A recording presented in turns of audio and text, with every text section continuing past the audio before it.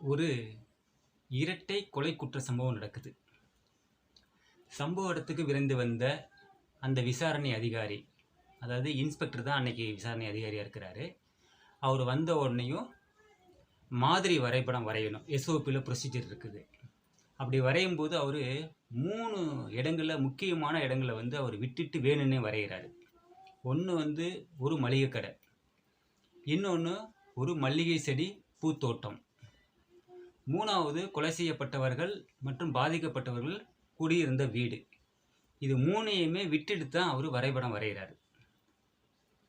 சில நாட்களுக்கு பிறகு டிஐஜி, ஐஜி இவர்களெல்லாம் சேர்ந்து இந்த விசாரணை அதிகாரி, இந்த இன்ஸ்பெக்டரு கொலையாளிகளுக்கு உடந்தையாக இருக்காரு அப்படின்னு சந்தேகம் ஏற்பட்டு அவரை சஸ்பெண்ட் பண்ணிட்டு ஒரு டிஎஸ்பியை இன்வெஸ்டிங் ஆஃபீஸராக நியமிக்கிறாங்க.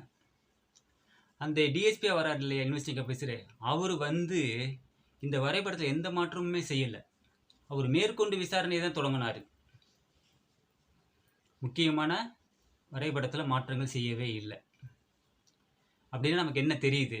ஏற்கனவே அடிக்கடி எல்லோரும் சொல்கிறோம் தெரியுங்களா, போலீஸ்காரர்கள் ஒருவருக்கொருவர் விட்டு கொடுக்க மாட்டார்கள்.